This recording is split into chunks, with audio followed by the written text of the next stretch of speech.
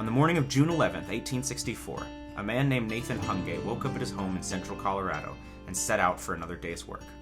Hungate was 30 years old, and he had just moved to Colorado with his wife and 2 daughters 3 months earlier, and like many others, he was hoping to make a new life in the American West as a rancher. That morning, Hungate was riding with a fellow rancher, a man that we know today only as Miller, looking for stray cattle that had wandered off the property into the plains. As the 2 men searched for the wayward bovine, about 25 miles southeast of Denver, the 2 men encountered a terrifying sight. Billows of black smoke rising in the direction of the Hungate family home. Attacks between the local Cheyenne and Arapaho and American settlers were becoming more common in recent months, and the 2 men feared the worst. Miller urged Hungate to turn around, fearing that it was already too late, but Hungate refused.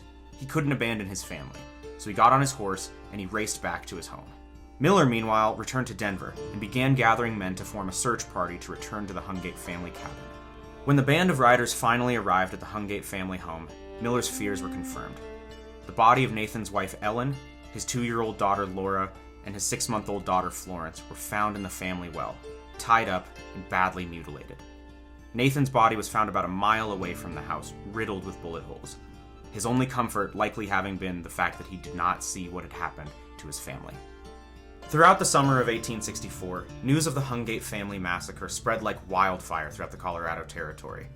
Many were incensed by the reports of graphic violence against the Hungate children, and American settlers wanted to get even with the local natives. Throughout the summer and the fall, attacks between the American settlers and the Cheyenne and Arapaho became common. Fear was in the air, and Colorado Governor John Evans was quick to capitalize on it. Evans had built a political reputation on being tough on the Native Americans, and he amplified these fears by claiming that the attacks were more numerous than they actually were, and also claiming that the attacks were often happening just on the outskirts of Denver, when in reality, most of these attacks were happening hundreds of miles away. The thirst for revenge also grew, and perhaps none were more eager for revenge than Colonel John Chivington, who had been leading battles against the Cheyenne for several years. Just a year prior, Chivington proclaimed, quote, "The Cheyennes will have to be roundly whipped, or completely wiped out, before they will be quiet. I say that if any of them are caught in your vicinity, the only thing to do is kill them." On September 28th, Chivington and Governor Evans reluctantly met with 7 chiefs for a peace council. Evans threatened that a surge of battle-hardened Union troops was on the way and would attack all hostile tribes that winter. He proposed that all Cheyenne and Arapaho who wished for peace should surrender to Major Wynkoop at Fort Lyon, about 60 miles east of Pueblo. According to those there, the 7 chiefs vowed to cooperate by moving their tribes to Fort Lyon, and also promised to gather their bravest warriors to fight with the U.S. against the Sioux, Comanches, and Apaches. In October, hundreds of Cheyenne and Arapaho families led by Chief Black Kettle moved their camps to Fort Lyon in compliance with the new agreement. Major Wynkoop agreed to provide the natives with food and protection, but another, Major Scott Anthony, was outraged by continued attacks on settlers by the Cheyennes' Dog Soldiers in northern Colorado. Anthony insisted that Wynkoop stop providing any support to Black Kettle and the natives until Black Kettle give up all perpetrators of the depredations. But this was impossible. Major Anthony did not understand that Black Kettle simply did not have command over the Dog Soldiers in the north. He also did not understand the complexity of the political structure of the Cheyenne, thus assuming that Black Kettle could simply say the word and the Dog Soldiers would stop. In mid-November, Major Anthony told Black Kettle that he would continue to provide rations to the tribe, but only if Black Kettle moved the encampment further north, to Sand Creek. Black Kettle expressed concerns that other soldiers, unaware of this agreement, would attack the encampment. Anthony and Wynkoop assured Black Kettle that his people would be safe, so long as they flew an American flag and a white surrender flag above their camp. On November 28th, Colonel Chivington arrived at Fort Lyon with 700 men, soldiers of the 3rd Colorado Cavalry, and volunteers. Chivington was looking for a battle that could bring him glory in the papers. A vicious commander, he reportedly threatened to kill any soldiers who disobeyed his orders and told his men, "Damn any man in sympathy with the Indians." At 8 p.m., they begin marching to Sand Creek. In the early morning of November 29th, 1864, Chivington's men arrived at the camp. Most of the estimated 700 to 800 Cheyenne and Arapaho were still sleeping. Without warning, the soldiers began to fire indiscriminately into the camp. Black Kettle quickly realized the horror of what was happening.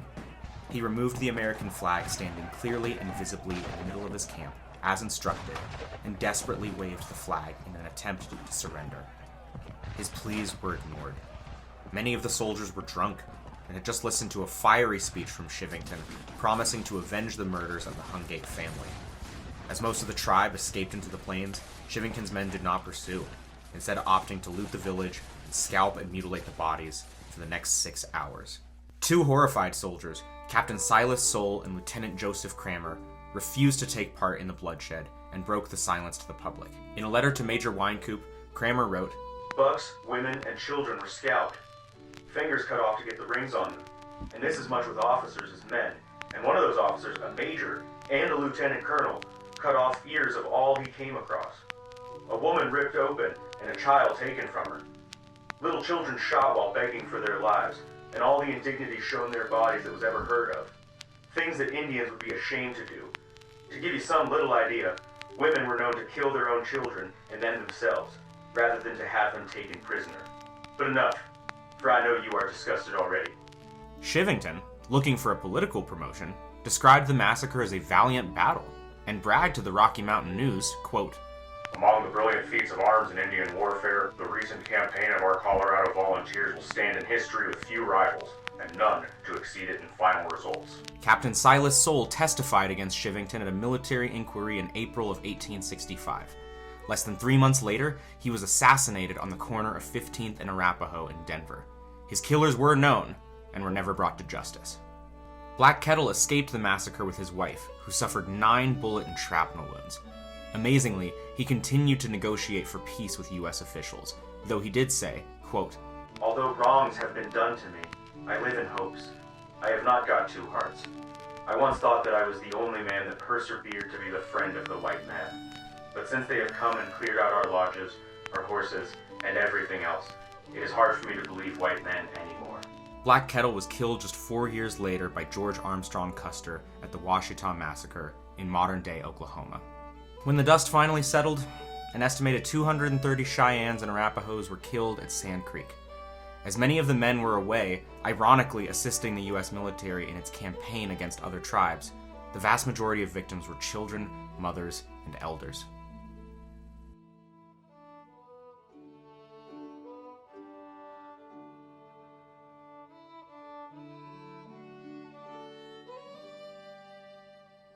So I'm standing here at Fairmount Cemetery in Denver, Colorado.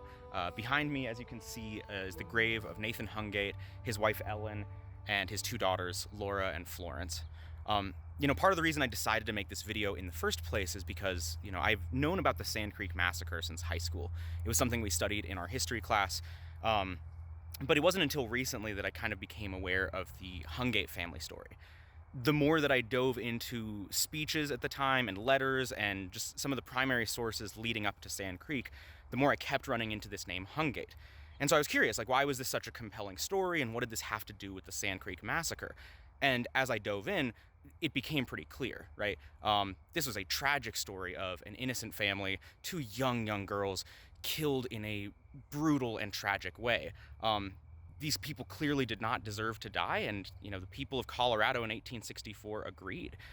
You can almost understand how the grief that must have taken over Colorado at the time among the settlers, you can almost understand how that grief so quickly boiled over into rage.